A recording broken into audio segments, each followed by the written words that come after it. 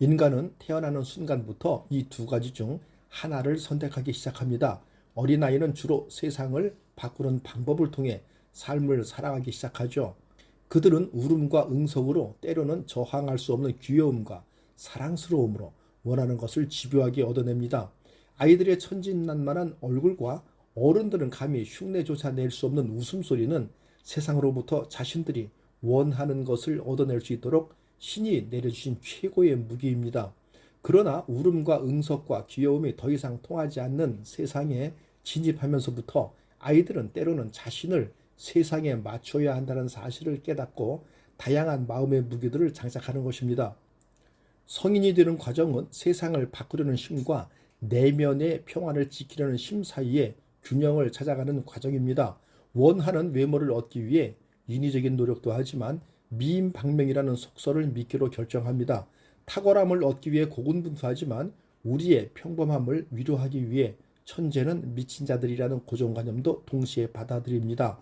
성공을 지향하지만 실패로부터 배우려는 마음의 준비도 합니다. 급기야 중년이 되면 살아온 날보다 살아갈 날이 적다는 생각에 더 나은 미래를 계획하기보다는 더 나은 과거를 만들기 위해 지나온 날들을 음미하고 재해석하는데 해석과 재해석이야말로 인간의 마음이 보유한 최고의 무기라고 할 수 있습니다. 세상 속에서와 마음 속으로의 균형을 고민하게 되면서 이처럼 우리의 삶은 세상을 바꾸려는 욕망과 자신의 마음을 바꾸려는 욕망 사이의 선택에서 성취욕도 맛보지만 혹은 좌절감에 지치기도 합니다.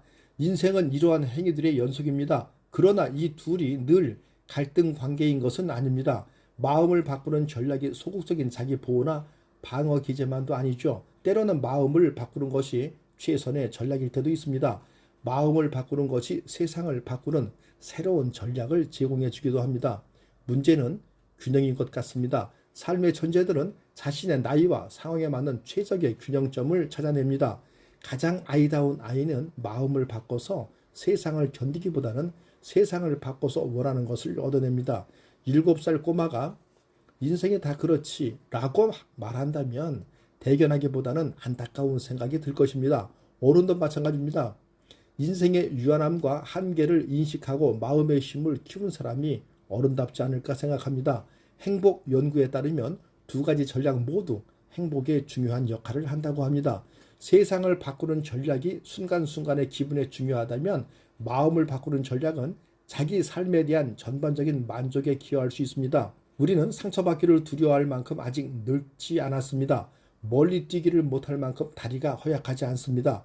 우산과 비옷으로 자신을 가려야 할 만큼 외롭거나 비판적이지도 않습니다. 무엇보다 우리의 시력, 눈은 별을 바라보지 못할 만큼 나쁘지도 않습니다. 우리에게 필요한 건 마음을 바꾸는 일입니다. 하루하루의 소중함을 인식해야 합니다. 항상 그 마지막 날이 오면 어떻게 살아야 할까? 살 날이 딱 하루밖에 남지 않았다면 무엇을 할까? 그 생각으로 산다면 하루하루가 그 마지막 날처럼 소중하다는 걸 깨닫게 됩니다. 인생이란 하루하루가 모여서 된 것이고 그 하루하루를 마지막 날처럼 의미 있게 잘 살 수 있다면 성공적인 인생이라고 할 수 있겠습니다. 감사합니다. 굿라이프 인생 후반전의 마이스트로 닥터유였습니다.